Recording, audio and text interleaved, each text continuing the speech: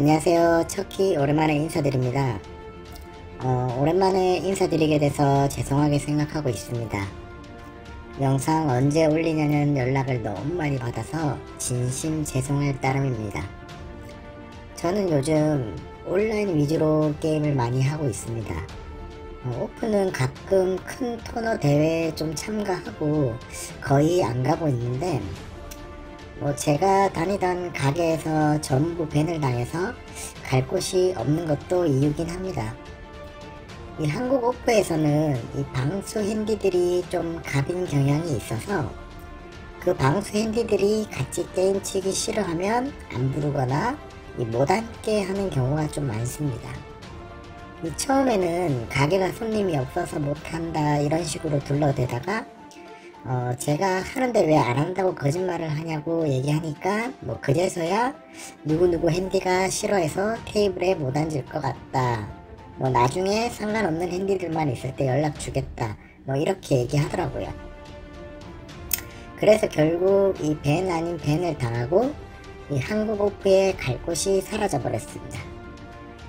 그렇다고 링게임이나 동전방, 낮은 블라인드는 가도 되는데, 이 전업을 하기에는 너무 이 밸런스가 높아서 이 안정적인 수입을 가져가기가 힘들고, 그래서 안정적으로 글라인딩 하기 좋은 온라인 위주로 게임을 하고 있습니다.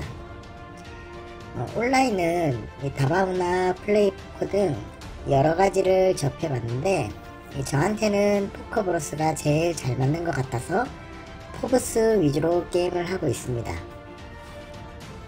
한국 오프에 대해서 강의할 내용도 이제 거의 없고, 매번 했던 얘기 계속 똑같이 하면서 우려먹는 것 같아서 이 온라인 위주의 강의를 한번 만들어 볼까 생각 중입니다.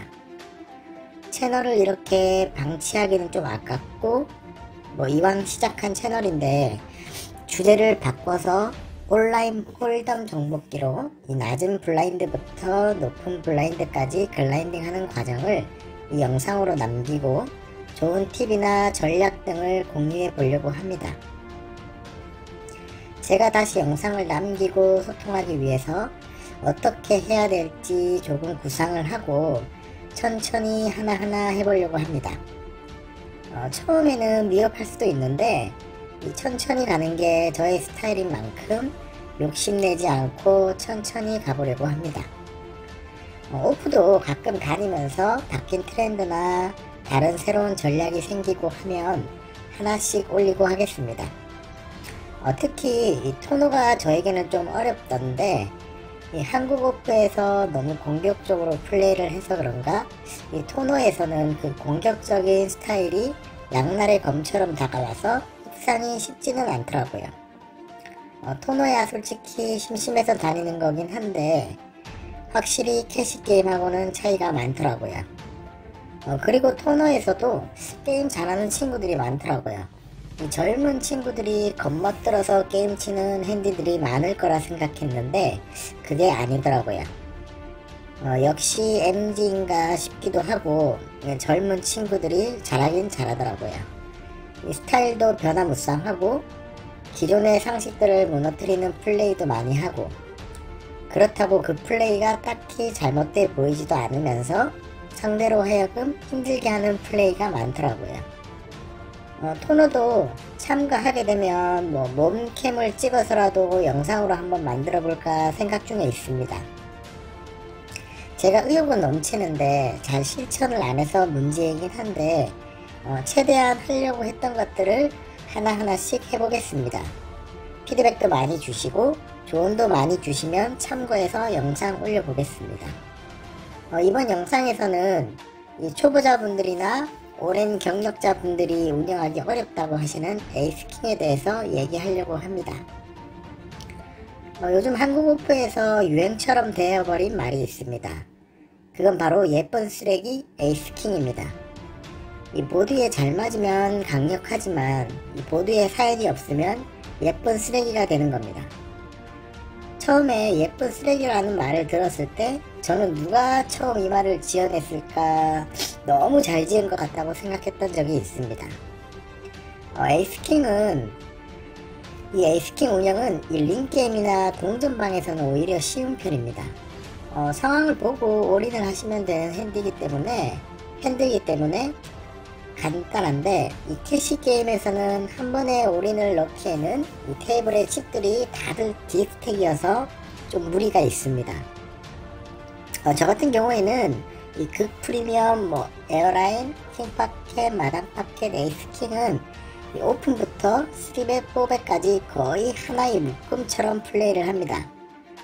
물론 상대가 누구인지도 중요하고, 나의 포지션도 중요하고, 그날의 테이블 분위기도 중요하고 고려해야 될 상황들이 많이 있지만, 에어라인이 들어왔을 때는 밸류를 뽑으려고 적당한 사이즈의 3벳을 주고, 에이스킹이 들어왔을 때는 플랍을 안 보여주기 위해서 큰 사이즈로 3벳을 주고, 플랍에 에이스나 킹이 안 떨어지면 체크를 하고, 이런 식의 플레이는 잘못된 플레이입니다.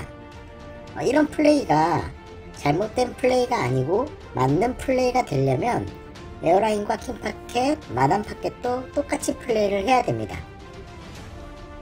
3벳을 큰 사이즈로 베팅하고 혹 콜이 나와서 해접이 되면 이 플랍에 책을 줘서 에이스킹인 척 함정을 한번 파고 상대에게 최대한 밸류를 뽑아올 수 있도록 플레이를 해야 됩니다. 즉, 이게 어떤 플레이가 됐던 에이스킹만의 특유의 플레이를 테이블에서 노출시키면 안 된다고 합니다. 에어라인 잡았을 때는 나의 오픈 배팅에 누군가 3벳을 주면 숨도 안 쉬고 4벳을 주면서, 에이스킹일 때는 고민도 많이 합니다. 플랍 보고 할까, 상대가 뭘까, 마담 파켓인가, 이런 생각들을 하면서 콜만 끊어서 플랍을 보는 플레이를 하는데, 이런 수비적인 플레이가 잘못되고 정답이 아니라고까지는 말을 못하지만, 앞에서 얘기했듯이 에이스킹일 때 이렇게 플레이를 했다면 에어라인, 킹파켓, 마담파켓도 똑같이 플레이를 하라는 얘기입니다. 어느 순간 자신도 모르게 에이스킹이 들어왔을 때 플레이가 상대들로 하여금 거의 다 노출이 되어 버렸습니다.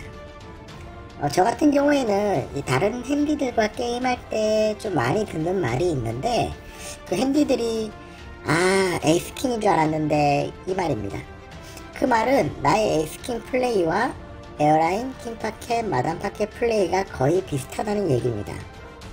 이건 저의 플레이에서 에어라인, 킹파켓, 마담파켓, 에이스킹만의 문제는 아닙니다. 저 네 가지만 기다리면서 플레이를 할 수 없기 때문에 넓은 핸드레인지를 사용해야 되는데, 여기서 블러핑도 중간에 적당하게 섞어주면서 밸런스를 맞춰줘야 됩니다. 제 영상에서 항상 이 배경 영상으로 같이 올리는 LATV에 나오는 가렛 선수는 이 리버의 강한 패를 가지고 오버벳이나 올인을 하는 경우가 있고, 약한 패를 가지고 블러핑 올인을 하기도 합니다. 이게 순간순간 판단이 아닌 수학적인 계산에 의한 플레이입니다. 이 블러핑과 너트 사이에 일정한 비율이 섞여 있다는 겁니다. 즉, 리버의 오버벳도 너트 혹은 나싱처럼 프리플랍에서도 3벳 빈도를 적당히 섞어줘야 됩니다. 누군가 에이스킹이 운영하기 어렵다고 물어본다면 저는 매번 같은 대답을 합니다. 그냥 에어라인과 똑같이 플레이를 하라고. 한국 오프에서 에어라인과 킹파켓, 마담파켓은 플레이들이 거의 동일합니다. 핸디들이 수비적으로 플레이를 하는 핸디나 공격적으로 하는 핸디나 요 세 개는 거의 비슷하게 플레이를 하지만 유독 이 에이스킹은 플레이를 할 때 티가 많이 납니다. 그리고 졌을 때 예쁜 쓰레기 이렇게 얘기를 하곤 하는데, 이 에어라인이 들어왔을 때 상대를 폴드 시킨 적이 많나요? 아니면 쇼다운까지 가서 이긴 적이 많나요? 상대를 폴드 시켜서 이긴 적이 훨씬 많을 겁니다. 즉, 에이스킹도 마찬가지입니다. 플랍의 도움을 받든 받지 않았던 이 에어라인과 비슷하게 플레이를 해야 됩니다. 홀덤은 앉아서 게임을 치면 보통 평균 4시간에서 6시간 사이로 플레이를 하는데, 이 당장의 에이스킹으로 팟을 못 먹었다고 다음부터 에이스킹을 플레이를 안 할 수는 없습니다. 그렇기 때문에 앞에서 얘기한 대로 적당하게 밸런싱이 필요한 겁니다. 그 한 판만 보는 게 아니라 오늘 하루의 게임을 봐야 되고 길게는 한 달, 1년을 보고 플레이를 해야 됩니다. 즉 길게 플레이를 한다면 이 나무 한 그루 한 그루를 보는 게 아니라 이 산 전체를 봐야 된다는 얘기입니다. 수비적으로 갈 거면 다른 핸드도 수비적으로, 공격적으로 갈 거면 다른 핸드들도 공격적으로 가야 됩니다. 내가 일률적으로 플레이를 한다면 그 플레이가 나의 플레이에 최적화가 되어서 길게 봤을 때 이기게 되는 겁니다. 한국 오프 홀덤이 워낙 특이하긴 하지만 예전보다 핸디들 경력도 올라가고 여러 컨텐츠나 교육 영상들이 많아서 실력들이 많이 올라갔습니다. 예전에는 한국 오프에서는 뭐 GTO나 익스플로잇 뭐 이런 거는 개나 줘버려 였다면 지금의 한국 오프는 뭔가 정상화가 되어가고 있다고 봐도 무난합니다. 자신만의 최적화를 만들고 길게 본다면 분명 수입으로 연결된다는 걸 깨닫게 되실 겁니다. 오늘 영상은 여기까지 하고 좋은 내용으로 다시 찾아뵙겠습니다. 이상 척키였습니다. 감사합니다.